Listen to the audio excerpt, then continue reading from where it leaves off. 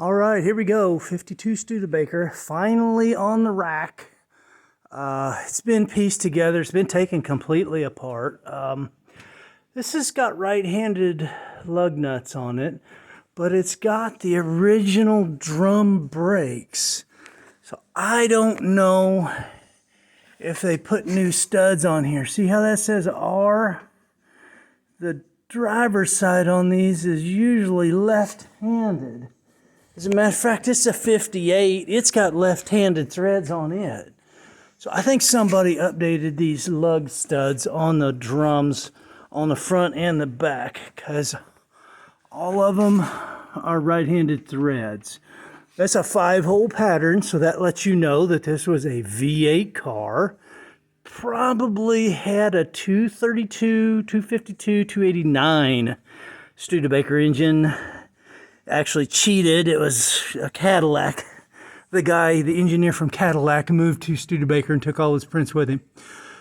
You can see somebody has taken this thing all the way down to the metal. Maybe a good thing, maybe a bad thing. But they were like, oh, this is doable. But and somebody has put a trunk in this. You can see all the way around. You can see all that patchwork. So that trunk is a whole new piece of stamped steel, I believe. Probably come with the shackle mounts too. If you look up there, the shackle mounts are there. Maybe they just took the skin out. I don't know. That's common for these though. If they sit in the grass gets up there on the metal and eats it up.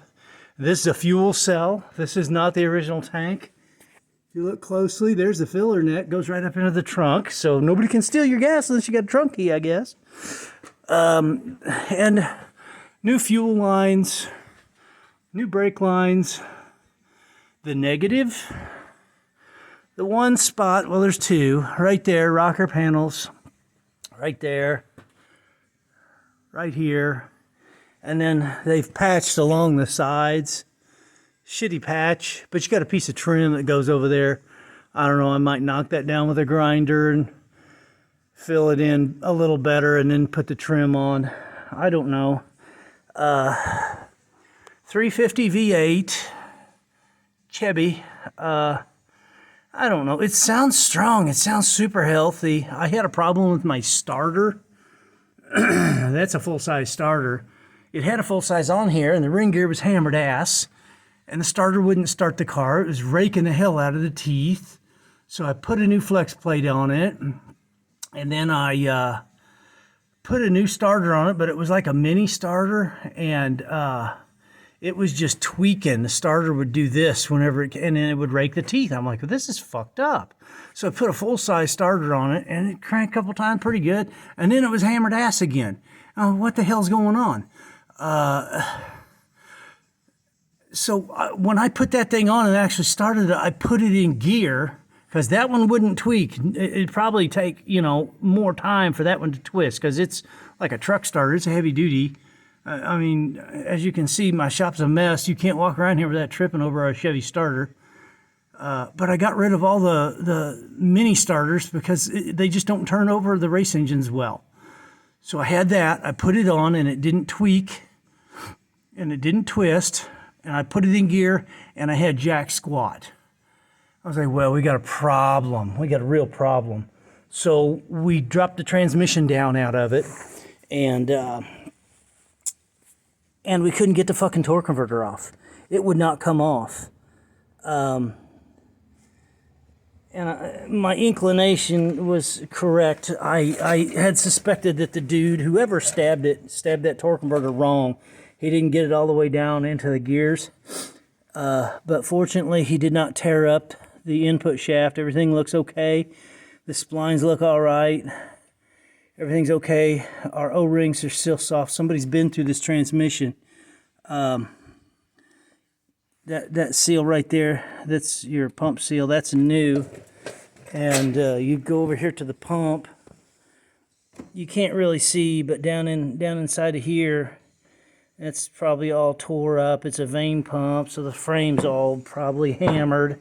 But it's got new seals on it and everything. So this transmission is new, or freshly rebuilt, I guess. I've got a pump and a torque converter coming. Yeah, of course, more money. That Studebaker outside, 49. It was $400 for parts and everything else we had to do. This is going to be $400 for parts, but once it gets back in, it'll drive.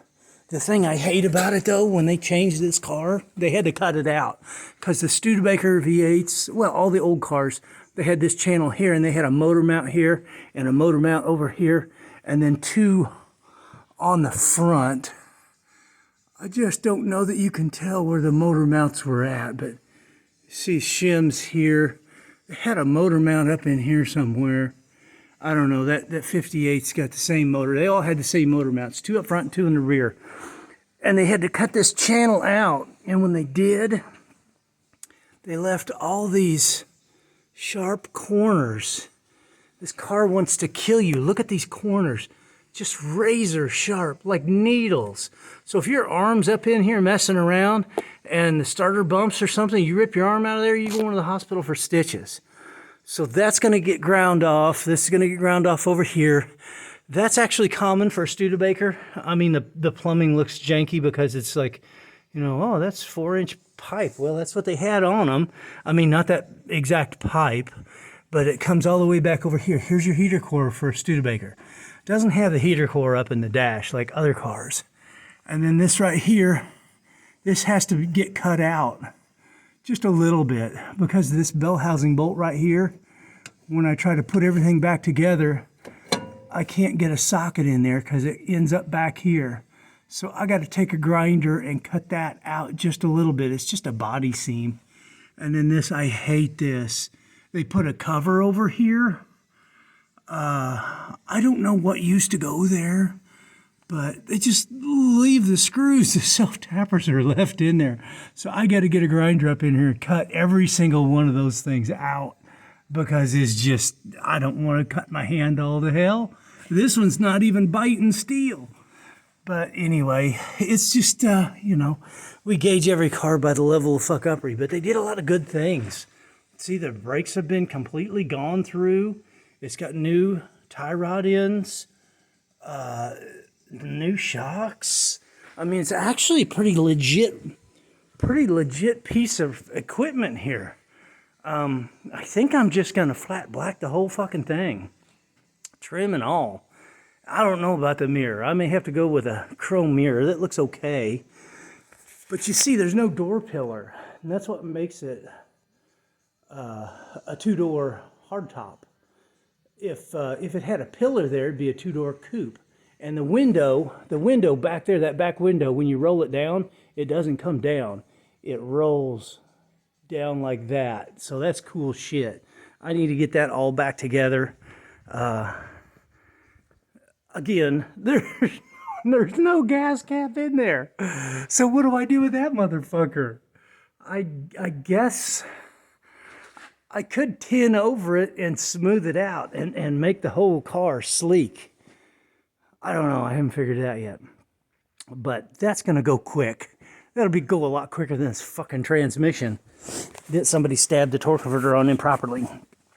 We had to take this torque converter out with a sledgehammer. It was just that bad. Thank God we didn't, you know, tear anything up down here, but we're banging on it, had it on the floor, had big bars. You can see we had the bars on the back end of it. It finally came out, but I'm telling you, not easy. Nothing's ever fucking easy. Can I just get a car that I don't have to work on, please? So anyway, yeah, that's my project. I'll keep you posted, and you can kind of follow the progress on this turd. It's not much of a turd. It actually goes. So I don't know what we're going to do with the rear end. I might weld it up, positive traction. I just haven't decided yet. But I hope you've enjoyed this, and hope you like this piece of history that I got sitting here on the rack. Have a good week, and get out there and kill it.